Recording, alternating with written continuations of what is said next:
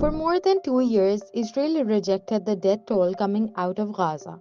It questioned the numbers, dismissed them as exaggerated, and accused Palestinian authorities of manipulating the scale of civilian death. Now, that position has shifted. This week, an Israeli military official told journalists that the army accepts that around 70,000 people have been killed in Gaza since the war began on October 7, 2023. That figure closely aligns with the toll long reported by Gaza's Ministry of Health. So, why is Israel acknowledging these numbers now, and what do we actually know about the scale of death in Gaza?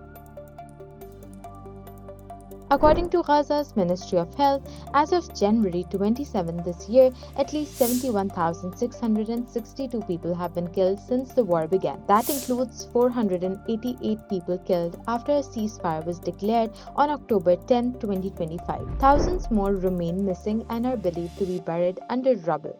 The National Committee for Missing Persons says that figure could exceed 10,000 people. The Health Ministry has also reported that at least 440 people died of starvation during the war following Israel's restrictions on aid entering Gaza. In addition to those killed, 171,428 people have been injured, with 1,350 injuries recorded after the ceasefire. The United Nations and multiple human rights organizations have backed the health ministry's methodology and figures.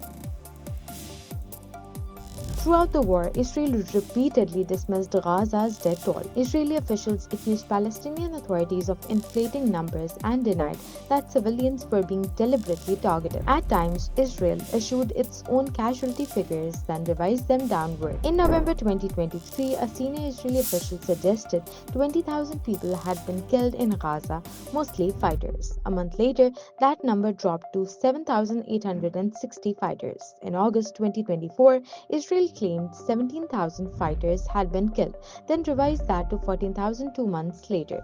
Israel's prime minister also rejected allegations of civilian targeting, describing them as blood libel. In September 2024, he claimed Israel had the lowest civilian to combatant death ratio in modern urban warfare, saying only one civilian was killed for every fighter. But a leaked Israeli military report in August 2025 concluded that more than 80% of those killed in Gaza were civilians. Human rights organizations have accused Israeli forces of deliberately targeting civilians. Between May and July 2025, more than 1,000 Palestinians were killed at United States-led food distribution sites, according to human rights monitors and a retired U.S. Special Forces officer. That officer, who had worked with the Gaza Humanitarian Foundation, said he witnessed war crimes by Israeli forces. Israel denied these allegations, saying chaos at the sites posed a threat to soldiers. Investigations have also revealed the use of an Israeli military artificial intelligence system that marked tens of thousands of people in Gaza as potential targets. Despite years of denial, an Israeli military official has now acknowledged that around 70,000 people have been killed. The official did not acknowledge that most of the dead are civilians, many of them women and children, nor did they mention deaths from starvation or those buried under rubble. Still, the acceptance of the overall death toll marks a clear break from Israel's previous position. Several factors help explain the shift. International access to Gaza has increased, including by the United Nations and humanitarian agencies from Israel's allied countries. Rubble removal has begun, making the scale of destruction and death harder to dispute. Acknowledging the figures also allows Israel to preserve institutional credibility with key allies, particularly the United States and European governments. There may also be a strategic recalculation. Accepting the scale of deaths allows Israel to shift the global conversation away from whether mass death occurred and toward how reconstruction should proceed and who bears responsibility. There is also a legal dimension. Acknowledging harm does not automatically mean admitting wrongdoing, but it helps build a controlled record ahead of potential international investigations or legal proceedings. This shift fits a broader pattern. Israel has repeatedly denied responsibility for high profile killings only to later soften its position when evidence became overwhelming.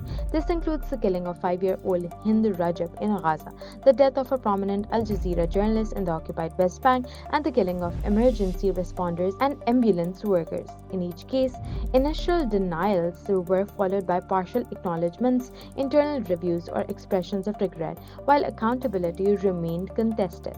This approach reflects information warfare, legal caution, and efforts to manage diplomatic fallout during active conflict. Israel's acceptance of Gaza's death toll comes after years of rejecting the very figures it now acknowledges. The numbers themselves have not changed. What has changed is the ability to deny them.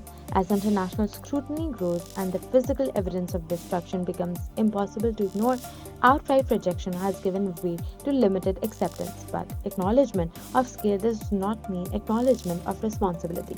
And for the tens of thousands killed, injured, missing, or left without food, the question of accountability remains unanswered.